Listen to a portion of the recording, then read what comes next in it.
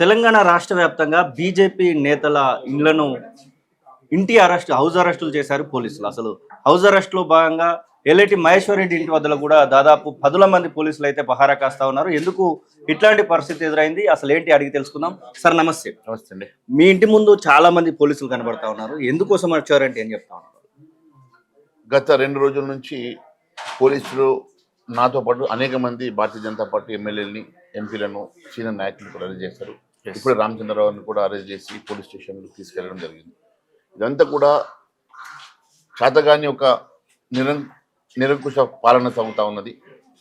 మరి ఈ దుర్మార్గమైనటువంటి ఆలోచనతో కాంగ్రెస్ పార్టీ ముందుకు వెళ్తా ఉన్నది. గత టీఆర్ఎస్ ప్రభుత్వం ఏ రకంగా నియంత పాలన చేసిందో అదే రకమైనటువంటి పాలన కొనసాగిస్తున్నటువంటి కాంగ్రెస్ పార్టీ ఈరోజు ఇచ్చిన హామీలు నెరవేర్చలేక ఈ రకమైన అరాచకాలు చేస్తూ ఉంది. నిన్న కామారెడ్డిలో జరిగినటువంటి ఇన్సిడెంట్, అక్కడ మా స్థానిక నాయకులు, మా భారతీయ జనతా పార్టీ శాసనసభ్యులు వెంకటరమణారెడ్డి గారి క్యాంప్ ఆఫీస్ పైన దాడి యత్నం జరిగి అక్కడ గందరగోళ పరిస్థితి ఉంటే వారిని పరామర్శించడానికి నేను, నాతో పాటు మా ఎమ్మెల్యేలు, ముఖ్యంగా మా రాష్ట్ర అధ్యక్షులు రామచంద్రరావు గారు కలిసి వెళ్దామని అనుకున్నప్పుడు మమ్మల్ని అడ్డుకొని గృహ నిర్బంధం చేసి నిన్నటి నుంచి మరి పోలీసు కాపలాకు పెట్టి మమ్మల్ని బయటకు వెళ్ళే పరిస్థితి లేకుండా చేస్తూ ఉన్నారు.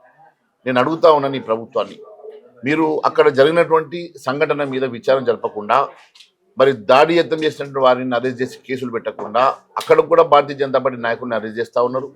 అక్కడ గందరగోళ పరిస్థితి నెలకొని ఉన్నది. లా అండ్ ఆర్డర్ పూర్తిగా గతి తప్పింది.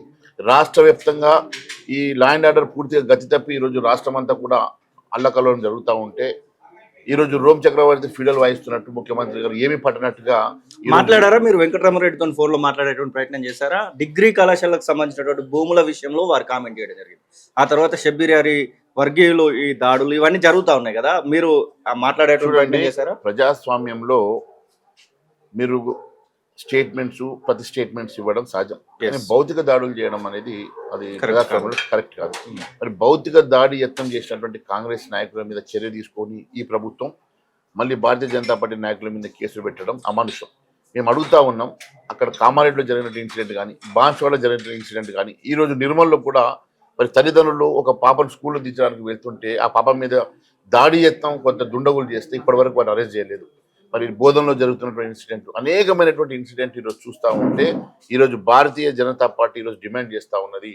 ఈరోజు కేవలం మంత్రి లేకనే, హోంమంత్రి లేకనే పూర్తిగా లా అండ్ ఆర్డర్ గతి తప్పి ఈ రాష్ట్రం అంతా కూడా అరాచకమైన పాలన సాగుతూ ఉన్నది. వాటి మీద విచారణ చేయనటువంటి ప్రభుత్వం, కనీసం ఆలోచన చేయనటువంటి ప్రభుత్వం, పూర్తిగా అవినీతిలో కూరుకుపోయి ఈరోజు మరి ఈ అడ్మినిస్ట్రేషన్ని గాలికి వదిలేసినటువంటి ప్రభుత్వము ఈరోజు చేతగాక ఈరోజు మా ప్రతిపక్షాల గొంతులు నొక్కి నిరంకుశమైనటువంటి పాలన సాగిస్తున్నటువంటి ప్రభుత్వాన్ని భారతీయ జనతా పార్టీ ఖండిస్తా ఉంది. ఖచ్చితంగా ఈ 10-15 రోజులలో బడ్జెట్ సమావేశాలు ఉంటాయని చెప్తా ఉన్నారు. బడ్జెట్ సమావేశాలలో ఏదైనా లేవనెత్తబోతా ఉన్నారా? ముఖ్యంగా రైతులు వెయిట్ చేస్తా ఉన్నారు. రైతు బంధు ఎప్పుడు ఇస్తారా? అప్పుడు గత పాలనలో రైతు బంధు, ఇప్పుడు రైతు భరోసా అని చెప్తా ఉన్నారు. రైతు భరోసా కోసం ఎదురు చూస్తూ ఉన్నారు.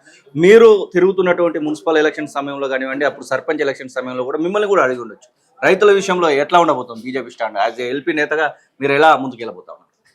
గత 2 సంవత్సరాల నుంచి అనేకమైనటువంటి రైతు సమస్యల మీద మేము మాట్లాడడం, అసెంబ్లీలో మాట్లాడడం, బయట మాట్లాడము, మరి దీక్షలు చేశాము. ఎన్ని చేసినా కూడా ఈ ప్రభుత్వానికి చలనం లేదు. మరి రైతు భరోసా ఇవ్వలేదు. మరి ఇస్తామని చెప్పినటువంటి మొన్న కూడా ఆర్బీఐ నుంచి 9,000 కోట్ల రూపాయలు తీసుకొచ్చాం, ఎలక్షన్ కాగానే ఇస్తామని చెప్పేసి ఆ డబ్బులు ఇలా కాంట్రాక్టర్ చెల్లించి వాళ్ళు ఎంకరేజ్ చేసుకునే ప్రయత్నం చేస్తూ ఉన్నారు తప్ప రైతుల కోసం ఆలోచన చేస్తలేరు. రైతులకు వారు కనీసము మరి రైతు భరోసా గతంలో కూడా 2 సార్లు వాళ్ళు రైతు భరోసా ఎగ్గొట్టినారు. ఇప్పుడు కూడా రైతు భరోసా ఇప్పటివరకు వేయలేదంటే వారి ఆలోచన విధానం అర్థమవుతా ఉన్నది. వాళ్ళు ఏ సంక్షేమ కార్యక్రమాన్ని ముందుకు తీసుకెళ్లే పరిస్థితులు లేరు. పూర్తిగా ఈ రాష్ట్ర ప్రభుత్వము అవినీతిమయమైనటువంటి ప్రభుత్వము, ఎలాంటి సంక్షేమ కార్యక్రమం ఇచ్చే పరిస్థితులు లేదు. ఎట్లా ఉండబోతా ఉంది ఇప్పుడు వచ్చేటువంటి బడ్జెట్ సమావేశాలలో? ప్రధానంగా దేనిపైన మీ ఎజెండా ఉండబోతా ఉంది? అన్ని అంశాలు, ప్రజా సమస్యలు లేవనెత్తాం. వారు ఇచ్చినటువంటి అన్ని డిమాండ్ల మీద మేము మాట్లాడతాం. ఎల్ఐటి మహేశ్వర్ రెడ్డి చెప్తున్నటువంటి మాటలు మొత్తం మీద ఇటు రైతు బంధు ఆటకెక్కింది, ఇక కామారెడ్డిలో మా నాయకులు మాట్లాడినటువంటి మాటలు, ఆ తర్వాత జరుగుతున్నటువంటి దాడులు, వీటన్నిటికి సంబంధించి కూడా వారైతే మాట్లాడుతున్నటువంటి ప్రస్తుతం హౌస్ అరెస్ట్లు ఎందుకు చేశారో ఇప్పటికి కూడా అర్థం కానటువంటి పరిస్థితి వారు చెప్తున్న పరిస్థితి. కెమెరా పర్సన్ అజార్తో శ్రీనివాస్, తొలి వెలుగు, హైదరాబాద్. అసలైన తొలి వెలుగు. ఫాలో వాట్సాప్ @తొలి వెలుగు అఫీషియల్.